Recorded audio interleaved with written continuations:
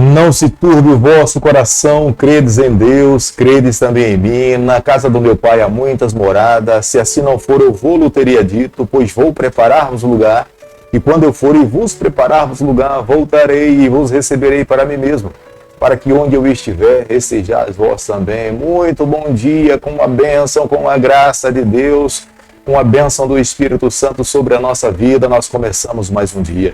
Eu acredito que não exista bênção maior da parte de Deus para nós do que nos acordarmos e vermos o brilho do sol, termos vida, saúde, a nossa família ao nosso lado e o nosso coração cheio de esperança de um dia podermos nos encontrar com o nosso Salvador e viver com Ele para todo sempre. É por isso que cada manhã nós o buscamos, entregamos o nosso coração e pedimos a Ele que renove a esperança de um dia nos encontrarmos com Ele, vivermos uma vida fiel e estarmos ao lado do nosso Deus para todo sempre. Todos os dias nesse canal nós estudamos um capítulo da Palavra do Senhor. E nessa manhã eu convido você a ter nas mãos a Palavra de Deus no livro de Ezequiel, capítulo 9, o versículo 1. Então ouvi que gritava em alta voz dizendo: chegai-vos, vós executores da cidade, cada um com a sua arma destruidora na mão. Nós sempre temos falado que o Deus que nós conhecemos é o Deus da graça, é o Deus da segunda chance, é o Deus do amor, é o Deus que enviou o seu Filho para morrer morte de cruz, a morte mais cruel que os seres humanos poderiam oferecer a seres humanos. Mas humildemente, o Filho de Deus, por nos amar, colocou os seus pés nessa terra e morreu, se entregou para que eu e você pudesse ter o direito da vida eterna. Mas esse mesmo Deus que nos ama de forma incondicional, é esse mesmo Deus que permite que os seus juízos possam cair sobre os seus filhos que estão nessa terra. Porque ele diz o seguinte: eu disciplino e repreendo a quem amo. Para que ele possa salvar os seus filhos, muitas vezes é necessário disciplinar, corrigir, deixar que os seus filhos andem sozinhos nesse mundo, para que eles reconheçam, voltem atrás, peçam perdão e busquem a soberania, a guia de Deus sobre a sua vida. Quando nós lemos o versículo 1 do capítulo que nós estamos analisando nessa manhã, a pessoa que está falando aqui, que gritava, é a mesma pessoa que falava no capítulo 8. Portanto, é o profeta Ezequiel. É o profeta que estava proferindo as declarações de Deus para o povo do Senhor em decorrência da desobediência e da falta de respeito para com o seu próprio Deus. Quando o profeta Ezequiel está falando aqui a respeito de 6 homens que vinham do norte, o profeta Ezequiel estava falando de Babilônia. Era a nação que estava sendo usada pelo Senhor para cumprir os seus juízos contra o povo de Deus. É uma figura de linguagem usada, simbólica, mas aqui o profeta Ezequiel estava deixando muito claro para o povo de Deus que as profecias do Senhor, elas podem até se demorar, mas elas se cumprem ao pé da letra. Eles deveriam estar prontos, já que não ouviram, já que não se arrependeram, já que não deram atenção à voz do Senhor, eles agora deveriam receber na sua casa, na sua cidade, os juízos do Senhor. Ezequiel, capítulo 9, o versículo 3, a Bíblia diz o seguinte: a glória do Deus de Israel se levantou do querubim sobre o qual estava, indo até a entrada da casa, e o Senhor clamou ao homem vestido de linho que tinha o estojo de escrevedor à cintura. A glória que foi mencionada no capítulo 8, no versículo 1, era a glória de Deus. A glória que é mencionada agora no capítulo 9, no versículo 3, é também a glória do Senhor.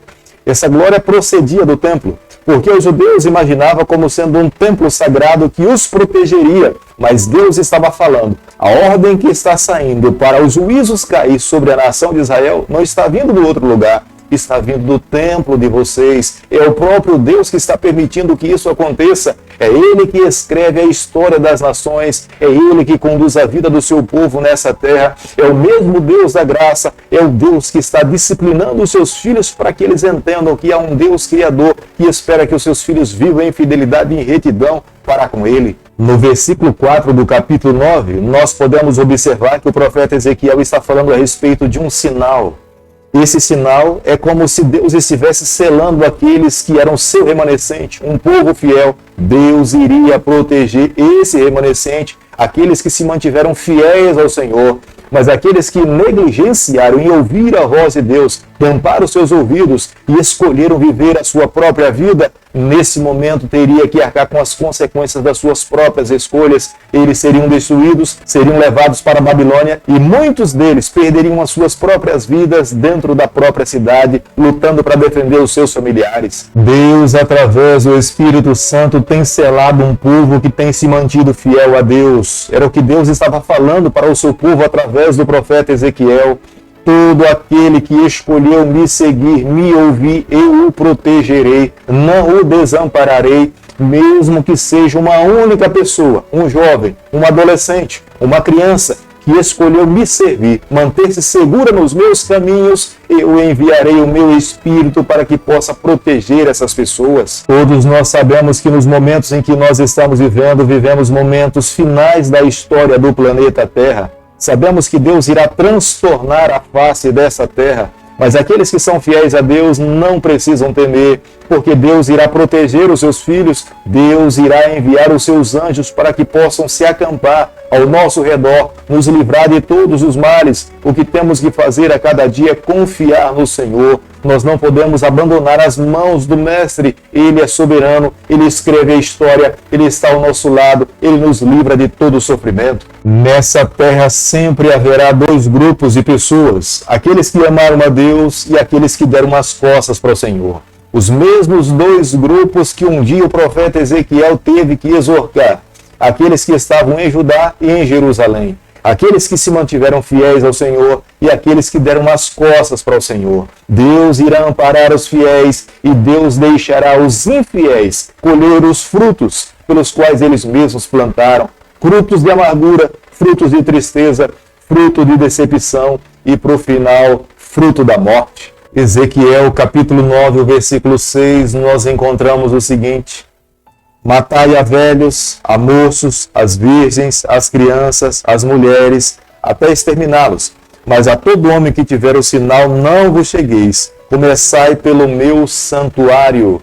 Acredito que deva ter sido muito difícil para o Senhor determinar essa declaração para o profeta Ezequiel, porque é Ele criador, é Ele o doador da vida, é Ele que prometia que no futuro o Filho de Deus viria morrer morte de cruz para nos trazer salvação. Mas nesse momento era necessário que os seus juízos caíssem sobre o seu povo. E aqui ele começa a dizer: matai as crianças, matai as mulheres, matai as virgens, matai os velhos, matai a todo aquele que não tem o sinal. Mas o juízo de Deus deveria começar pela sua própria casa. Os sacerdotes que não foram fiéis, esses deveriam morrer. Aqueles que não honraram o seu ofício em apresentar a Deus aos filhos do Senhor, esses seriam os primeiros a serem julgados. E depois então cairia para todas as outras classes dentro de Judá e dentro de Jerusalém. Deus não iria deixar nenhuma pessoa que escolheu ser infiel a Deus que o seu juízo passasse impune naquele momento. Mas os fiéis, Deus os ampararia, os protegeria, Deus enviaria os seus anjos para acampar ao redor deles, os livraria de todo mal. Os judeus acreditavam que tudo seria destruído menos o templo do Senhor, mas Deus estava fazendo completamente o contrário. A ordem saía de lá do templo e seria o próprio templo que seria destruído, para que eles entendessem que o templo não era um amuleto. O templo era um lugar onde ali se daria a habitação de Deus, se teria o nome do Senhor. Mas se eles rejeitassem um relacionamento sólido com esse Deus, seria a própria casa de Deus, que eles santificaram e que Deus escolheu em habitar, essa casa também seria destruída. E de fato, isso aconteceu. Deus se retirou, a casa do Senhor foi destruída e o povo de Deus, que representava o nome do Senhor, e a casa de Israel foi humilhada e levada para o cativeiro. Depois da crescente vida de abominação de pecados que aborrecia o Senhor, Deus permitiu que 6 homens, 6 anjos descessem e viessem a essa terra, e seriam eles mesmos que iriam cumprir o juízo de Deus sobre a casa do Senhor.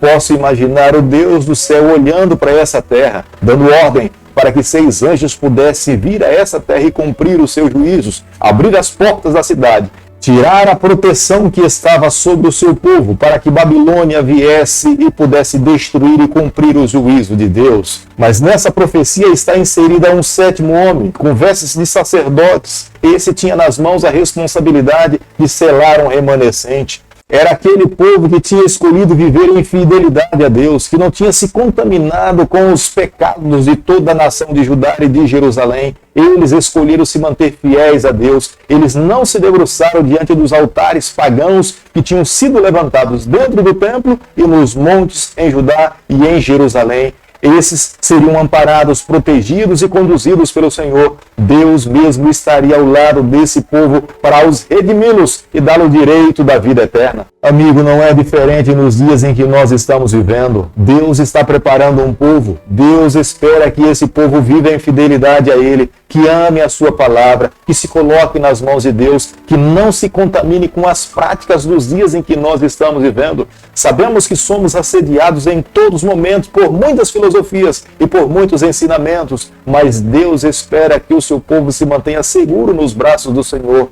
O meu pedido a Deus nessa manhã é que cada um de nós que temos ouvido a palavra de Deus, nós possamos permitir que a nossa vida seja conduzida por Ele. Diante de tantas lutas e dificuldades e tentações, o nosso coração seja exclusivamente do Senhor. Entreguemos a nossa vida a Ele e saibamos que os olhos do Senhor estão sobre essa terra e Ele tem selado o seu remanescente. Queremos também ser selados pelo Senhor em viver em fidelidade às verdades que Ele tem revelado a cada um de nós. Querido Pai, em Tuas mãos nessa manhã nós nos colocamos. Queremos viver exclusivamente para o Senhor. Toma o nosso coração, perdoa os nossos pecados, nos dê a graça de vivermos exclusivamente para Ti. É o que nós te pedimos, é o que nós te oramos e o fazemos em nome de Jesus. Que o Senhor te abençoe e te guarde. Que Ele faça resplandecer o teu rosto sobre você. Que Ele tenha misericórdia de você. Que sobre você nessa manhã Ele levante seu rosto e conceda a sua paz em nome de Jesus. Amém.